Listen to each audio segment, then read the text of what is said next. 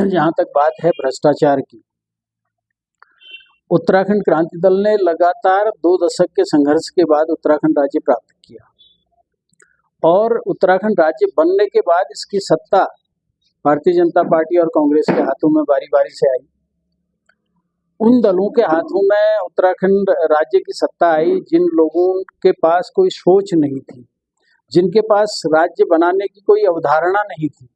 उनके पास केवल एक ही विचार था, एक ही अवधारणा है उनकी कि पैसा जमा करो, लूट खसोट करो और अपनी 2-4 पीढ़ियों के लिए पैसा बना लो। इसलिए उत्तराखंड में भ्रष्टाचार आए दिन बढ़ता जा रहा है। केवल एक ही सोच उन लोगों की है। अब रही बात पलायन की, पलायन का विषय आपने बड़ा महत्वपूर्ण विषय रखा है और पूछा है।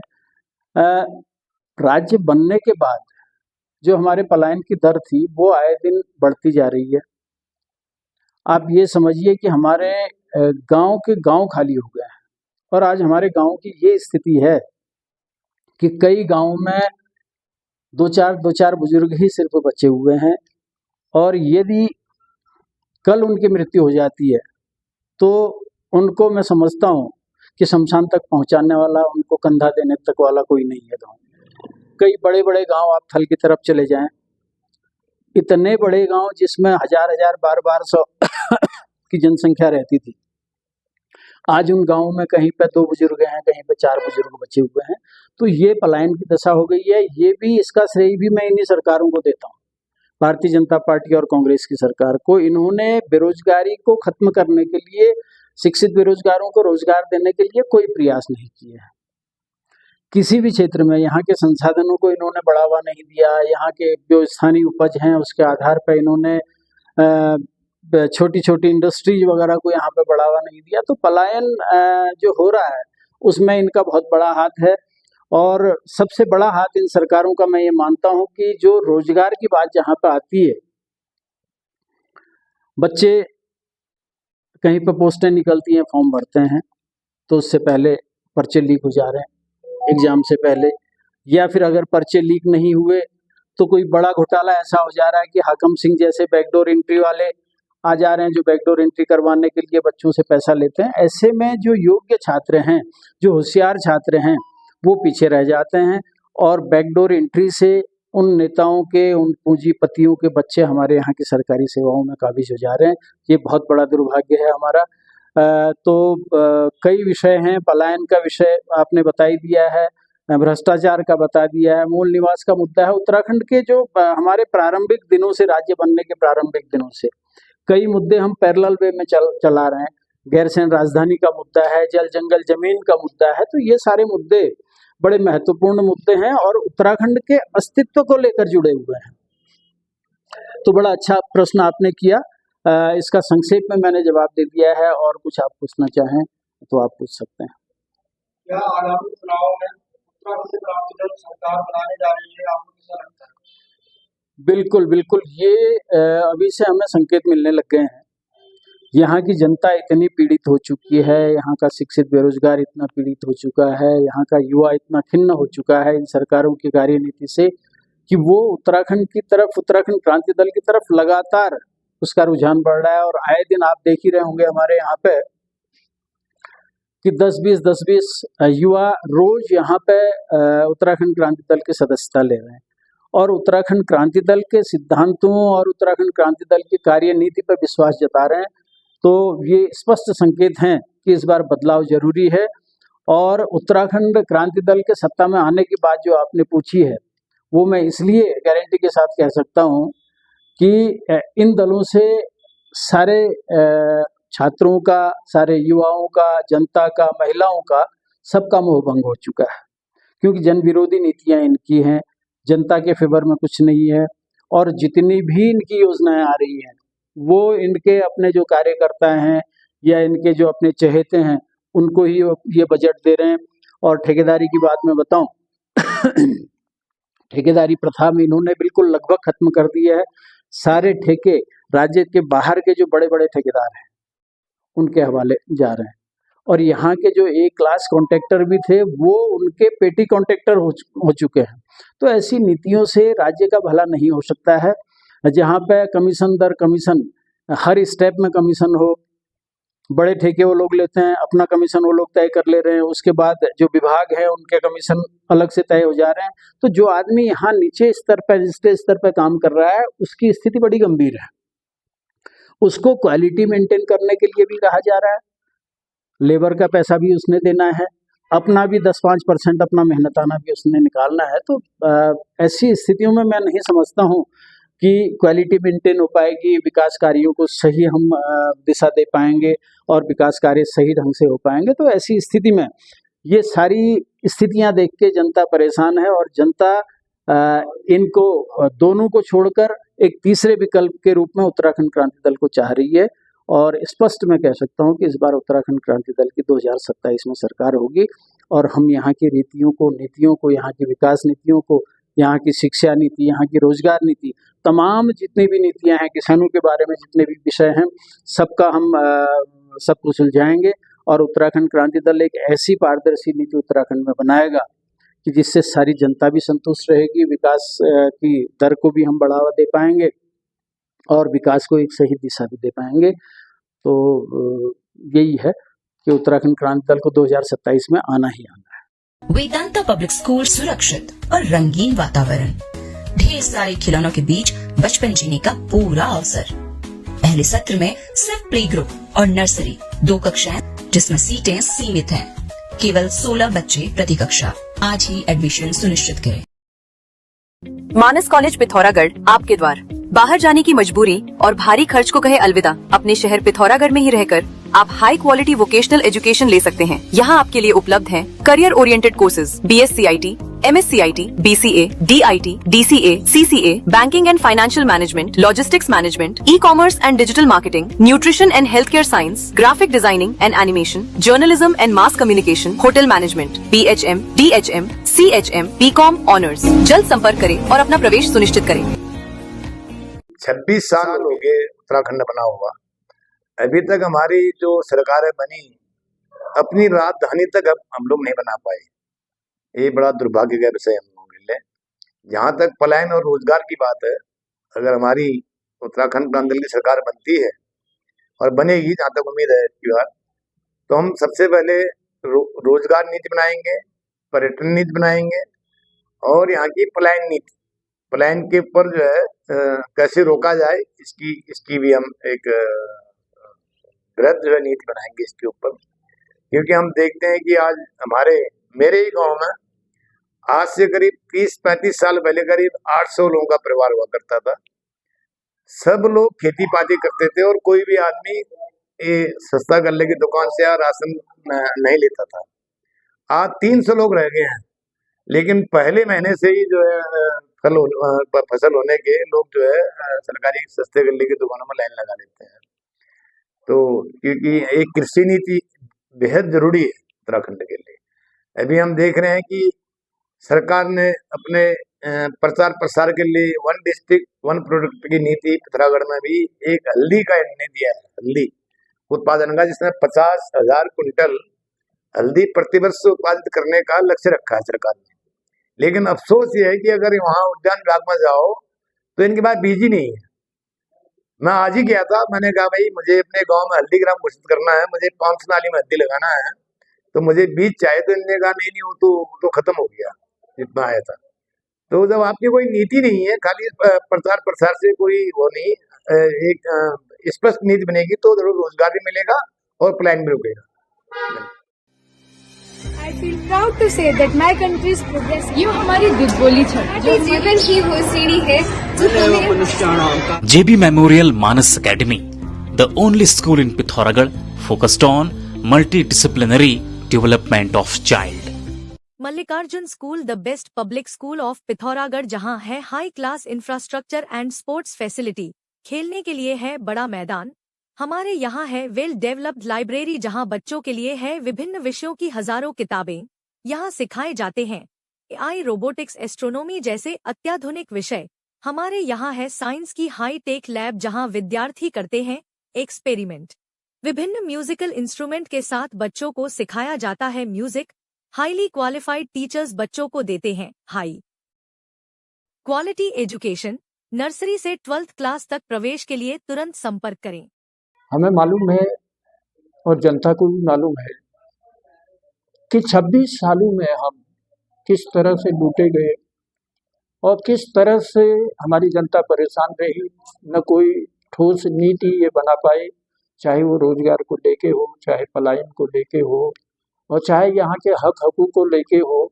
किसी प्रकार की कोई नीति इनकी नहीं बन पाई। यहाँ तक कि जो हमारे राम सिंह जी ने बताया था कि हमारे राज्य की राजधानी भी अभी तक घोषित नहीं है। ये बड़ा दुर्भाग्य का विषय है। इन्हीं मुद्दों को लेकर हम लोग चुनाव में उतरेंगे, चुनाव में जाएंगे, और हमें विश्वास है कि जनता इस बार इनके छलावे में नहीं आएगी। मैं अपनी पंक्तियों के माध्यम से जनता से भी कहना चाहूँगा, हमारे जो नौजवान साथी हैं, जो माताएं बहनें हैं, उन सबके लिए कहूँगा, इस जंग में आगे सभी को आना ही होगा। जो सो रहे हैं लोग, जगाना ही तो होगा। उठो पहाड़ वासियों, अब जाग भी जाओ, संघर्ष करो, अपने अधिकार को पाओ। घर घर से जब वो वक्त का तूफान उठेगा, उस दिन तो बचेगा ही उत्तराखंड बचेगा, क्योंकि ये उत्तराखंड को बचाने की लड़ाई है। हम जानते हैं आज गांव के गांव खाली हो चुके हैं, चाहे रोजगार को लेकर के हो, अपना पेट भरने की बात आती हो, या पढ़ लिखने की बात आती हो, तो वो सुविधाएं हमारी ये सरकारें नहीं दे पाई जिससे हम अपने गांव में टिकते। न वहाँ अस्पताल की सुविधा, न स्कूलों की सुविधा। अभी भी आपने देखा होगा वर्तमान समय में जो इनकी नीति आई, देखिए हमारे यही पिथौरागढ़ में ही 114 स्कूल बंद हो चुके हैं, और शराब के 55 नए ठेके खुल चुके हैं, जिनमें 15 नए ठेके जो है हमारे पिथौरागढ़ में खुल रहे हैं। तो ये हमारे लिए बड़े दुर्भाग्य की बात है कि हमको शिक्षा देने की जगह हमको शराब परोसी जा रही है। हमारे नौजवानों का जीवन कहाँ जाएगा और किस तरह से हम अपना जीवन यापन करेंगे, ये बड़ा धर्म संकट है। आने वाले समय में ये हमारी जनता ने दिखाना पड़ेगा कि इन लूटने, इन खसूटने वालों से बचना है, और अपने जो हमारा स्थानीय पार्टी है, जो लोकल दल है, उत्तराखंड क्रांति दल, जिसका संघर्षों का इतिहास रहा है, 42 शहादतें देने के बाद हमको ये राज्य मिला, लेकिन उसके बाद जो राज्य की दशा और दिशा हुई, वो सब राष्ट्रीय चरित्र ने आपको दिखा दिया है कि उनको यहाँ की पीड़ा से कोई मतलब नहीं, उनको यहाँ के रोजगार से कोई मतलब नहीं, उनको हमारे इन पहाड़ों के जल, जंगल, जमीन, हक हकूक से कोई मतलब नहीं। क्योंकि अगर मतलब होता तो नीतियां बनाई होती। हम जानते हैं, चाहे भाजपा रही हो, चाहे कांग्रेस रही हो, उनमें भी हमारे ही उत्तराखंडी भाई हैं जो शासन भी करते हैं और जो जिम्मेदारी संभाले हुए लोग हैं, लेकिन ये उनकी मजबूरी है, वो अपने आकाओं के गुलाम हैं, और जब तक उनके आका उन्हें आदेश नहीं देंगे, तब तक वो अपनी मर्जी से कोई भी कार्य हो, चाहे भलाई का हमारे वहाँ कार्य हो, स्कूल खोलने का कार्य हो, अस्पताल में डॉक्टर देने का कार्य हो, शिक्षक देने का कार्य हो, तो उन कार्यों में हमेशा ये फिसड्डी इसलिए रहे हैं कि ये अपनी आकाओं की बातें सुने बिना कोई कार्य नहीं करते, यहाँ की जनता की बातों को नहीं सुनते हैं। और हमारे ये किस तरह से अन्याय हुआ है, ये सब हमारी जनता को विदित है। तो इसलिए अभी हम निवेदन करेंगे कि आज का ये इलेक्शन बहुत महत्वपूर्ण है। ये महत्वपूर्ण उस दिशा में है क्योंकि हमने अपने राज्य को बचाना है, अपने जल, जंगल, जमीन का हक हकूक लेना है, अपने मूल निवासी का हक हकूक लेना है, अपनी राजधानी को लेना है। तो जब तक राजधानी पहाड़ की पहाड़ में नहीं बनेगी, तो तब तक ये अयाशी के अड्डे बनते रहेंगे। देहरादून में आपने देखा है, जब कभी देहरादून में पहले घुसा करते थे तो बासमती की खुशबू जो है हमारे जेहन में एक नया उत्साह जैसा डाल देती थी, लेकिन आज बासमती जोन भी हमारा खत्म हो चुका है। तो ये पूरा पता नहीं क्या ऐसी प्लानिंग है कि सारे हमारे पहाड़ को खत्म करने की दिशा में कदम बढ़ाया जा रहा है। एक चीज और कहना चाहूंगा कि अभी निकट भविष्य में सुनने में आ रहा है कि 35 सीटें और बढ़नी है, मातृशक्ति को उसमें लाना है, उनको देना है आरक्षण। तो कोई बात नहीं, वो दीजिए आप, हम जो है उसका सम्मान करते हैं। लेकिन एक बात जरूर कहना चाहेंगे कि जनसंख्या के आधार पर कभी भी परसिमन नहीं होना चाहिए, क्योंकि हमारा भौगोलिक परिस्थिति दूसरी है, हमारी क्षेत्रीयता दूसरी है। तो क्षेत्रीय आधार पर ही परसिमन करके हम बैलेंस बना पाएंगे। नहीं तो आने वाले समय में हमारे पहाड़ी राज्य की जो कल्पना थी, जो हमारे शहीदों का सपना था, वो सारा सपना चकनाचूर हो जाएगा। हम अल्पसंख्यक रह जाएंगे और हम पहाड़वासी किसी भी उसमें नहीं रह पाएंगे। तो इसलिए भी हमारा जनता से निवेदन है, इस महत्वपूर्ण चुनाव में अपनी भागीदारी जरूर सुनिश्चित करें, अपने पहाड़ को बचाएं, अपने पहाड़ के अस्तित्व को बचाएं और स्वयं को बचाएं। यह हमारा आपसे निवेदन रहेगा। और खुशी की बात यह है कि माननीय काशी सिंह एरी जी, जिनके नेतृत्व में हमने पूरे उत्तराखंड राज्य को अलग बनाने की लड़ाई लड़ी थी, तो उनको हमारी पार्टी द्वारा मुख्यमंत्री का चेहरा घोषित किया है। ये हमारे लिए भी सौभाग्य की बात है और विशेषकर हमारे ये इस क्षेत्र के लिए। और आज हमने ये निर्णय लिया है हमारे सभी साथियों ने कि हम जो है काशी सिंह एरी जी को पिथौरागढ़ से चुनाव लड़ाने जा रहे हैं। ये बहुत महत्वपूर्ण सीट है। तो इस महत्वपूर्ण सीट में आपका स्नेह प्यार, आपका आशीर्वाद, हमें याद है आंदोलन के दौरान जिस तरह से हमारी यहाँ की जनता ने, हमारे यहाँ के व्यापारियों ने, यहाँ के कर्मचारियों ने काशी सिंह एरी जी को सराखों पर बिठाला था और सिक्कों में तोला गया था उनको। तो ये हमारे लिए बड़े गर्व की बात है कि जनता उनको जानती है, उनको पहचानती है और उनके किए हुए कार्यों को वो सराहती भी है और देखती रहती है। उनको अपना स्नेह आशीर्वाद हमारी जनता जरूर देगी, ये भी हम निवेदन करेंगे। तो चलिए, हमारे जो युवा साथी लोग हैं वो बहुत बहुत बड़ी मेहनत कर रहे हैं। आगे आने वाले समय में हमारे इस राज्य का भार उन्हीं के कंधों पर होगा। आज जिस तरह की मेहनत हमारे आशीष नेगी जी और हमारे रावत जी और अन्य साथीगण हैं, उन्होंने बहुत मेहनत करके हमारे इस दल को एक संकट से उभारने का कार्य किया है और अभी जनता में उस नाम को पहुंचा दिया है जिसने राज्य की लड़ाई लड़ी थी। तो मैं, जो हमारे प्रवासी भाई बंधु हैं जो यहाँ से किसी कारण से बाहर गए हैं, उनके लिए भी दो पंक्तियाँ कहते हुए कहना चाहूँगा, क्योंकि इलेक्शन का टाइम है। तो इलेक्शन के टाइम में तो आपको आना ही आना है, अपना सहयोग भी देना है और उसके अलावा आपकी जो भी मजबूरी है वहाँ, लेकिन कम से कम इतना निवेदन तो मैं आपसे करूँगा, होली दिवाली कब है छुट्टी लिए जया, अरे बुढ़बाड़ी कसहर उनके ले जया, पुरखों की ठात यो छितरने जाकाई, पुरखों की ठात यो छितरने जाकाई, पुरख को प्रसाद घर आई खजया, पुरख को प्रसाद घर आई खजया, होली दिवाली कब है छुट्टी जया। ये निवेदन है, आप किसी वजह से भी चाहे बाहर गए हैं, लेकिन आपको अपनी खाद को बचाना है, आना है अपने उत्तराखंड में और समय समय पर हमारे उन बुजुर्गों के हालचाल पूछने हैं जो गांव में अकेले रह गए हैं, तो उनकी तरफ भी आप सबका ध्यान जाएगा। और जो एक बड़ी मुसीबत अभी हमारे उत्तराखंड राज्य में आई है, उत्तराखंड राज्य चारों तरफ से डूब चुका है, तो ऐसी परिस्थिति में आप सबका कर्तव्य है कि आपने हमारे इस पहाड़ को बचाने के लिए अपनी सहभागिता निभानी है। तो चाहे किसी भी रूप में निभाएं तो जरूर आएं। और आज का इलेक्शन बहुत महत्वपूर्ण है। आने वाला समय हमारे इस उत्तराखंड राज्य की, हमारे इस पहाड़ी क्षेत्र की दशा और दिशा को तय करेगा। और एक बात बताना चाहूँगा कि बहुत भ्रम की स्थितियाँ भी लोग फैला रहे हैं कि पहाड़ बनाम मैदानवाद हो रहा है, ऐसा कहीं भी नहीं है। जो हमारे उत्तराखंड के 13 जिलों में निवास करता है वो हमारा पहाड़ी है, वो जय पहाड़ हमारा है तो जय पहाड़ी हमारा है, तो वो भी हमारा पहाड़ी है, वो भी हमारा स्थानीय है। तो इसलिए हम निवेदन करेंगे कि आप लोग भी इस भ्रम की स्थिति से उभरेंगे और एक मजबूत ताकत बनकर इन राष्ट्रीय नेताओं को बताएंगे, जताने का कार्य करेंगे कि हमारी व्यवस्था जब अलग है तो हमारी पार्टी भी अलग है। तो हम उत्तराखंड क्रांति दल के साथ जुड़ करके कंधे से कंधा मिलाकर संघर्ष करेंगे और आने वाले समय में अपनी सरकार बनाएंगे। बहुत बहुत आभार, बहुत बहुत धन्यवाद।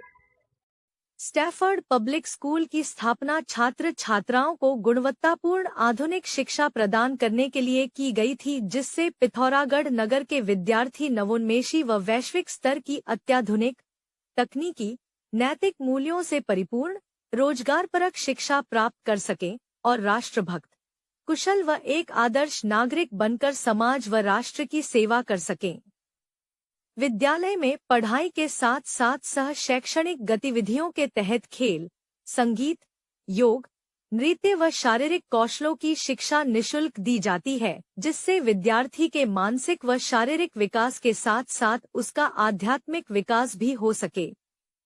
विद्यालय में पुस्तकालय है और भौतिक, रसायन, जीव विज्ञान के साथ साथ हाईटेक कंप्यूटर लैब भी स्थित है। प्रवेश के लिए संपर्क करें Stafford public school, GIC road, Pithoragarh.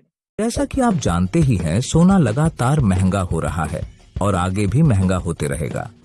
Govind लाल सुरेश लाल चौधरी ज्वेलर्स आपके लिए लाए हैं एक समाधान स्वर्ण संचय योजना, जिससे आप आसानी से सोने के गहने बना सकते हैं। इस योजना के तहत आप 11 महीनों की किश्तें जमा करके 12वें महीने की किश्त की छूट का लाभ ले सकते हैं। अधिक जानकारी हेतु अभी संपर्क करें गोविंद लाल सुरेश लाल ज्वेलर्स, पुराना बाजार, पिथौरागढ़। नमस्कार सर। सर्वप्रथम पहाड़ों में जो पानी की समस्या है, जिसको कि जल के कटोरे के रूप में जाना जाता है, और उस कटोरे से पहाड़ के लोगों को पानी नहीं मिल रहा है। यह पानी हमारे मैदानों में जा रहा है और मैदानों से बिसलेरी के रूप में, बोतलों के रूप में आकर के पहाड़ के लोगों को पिलाया जा रहा है, जबकि बिसलेरी के बोतलों से भी शुद्ध पानी हमारे पहाड़ों में उपलब्ध है और इसकी व्यवस्था सही तरीके से नहीं की जा रही है। यदि उत्तराखंड क्रांति दल की सरकार आती है तो सबसे पहले यहाँ पानी की व्यवस्था को सुचारू रूप से किया जाएगा। आज देखिए, पिथौरागढ़ नगर क्षेत्र की जनसंख्या लगातार बढ़ते जा रही है। इसकी पानी की योजना 50 साल आगे को देखते हुए की जानी चाहिए थी, लेकिन वो नहीं है।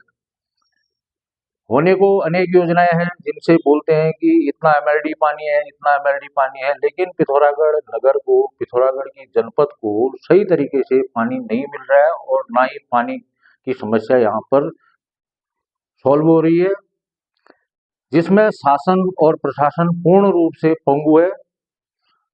पानी अगर आता भी है, मटमैला पानी, कोई उसकी स्वच्छता की व्यवस्था नहीं है। जगह जगह पर नल टूटे हुए हैं, नल चौक है, 50 साल पुराने नल है जिनको कि चेंज नहीं किया जा रहा है और पानी की बर्बादी खूब सही तरीके से हो रही है।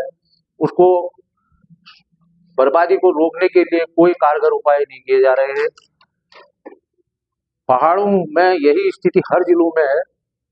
आप हरिद्वार से ही लीजिए, हरिद्वार से पानी जो है दिल्ली जा रहा है, गंगा नदी को बंद करके दिल्ली पानी ले जाया जा रहा है और दिल्ली से बिसलेरी का वाटर बन के पिथौरागढ़ में आ रहा है। 20 रुपए से लेकर 50 रुपए, 100 रुपए बोतल तक बिक रही है। तो सबसे पहले उत्तराखंड क्रांति दल की प्राथमिकता ये होगी कि यहाँ के जल को, यहाँ के जंगल को और यहाँ की जमीन को और यहाँ की जवानी को संरक्षित किया जाएगा, संवर्धित किया जाएगा। इन्हीं शब्दों के साथ मैं आपका बहुत बहुत आभारी हूँ। आपने अपने चैनल के माध्यम से मेरी इन बातों को रखा है, इसके लिए विशेष रूप से धन्यवाद। उत्तराखंड के देवी देवताओं के जागर, लोक गाथाओं एवं लोकोपचारक मंत्रों को जानना और समझना है तो पढ़िए डॉक्टर पीताम्बर अवस्थी द्वारा लिखित पुस्तक उत्तराखंड के जागर एवं मंत्र।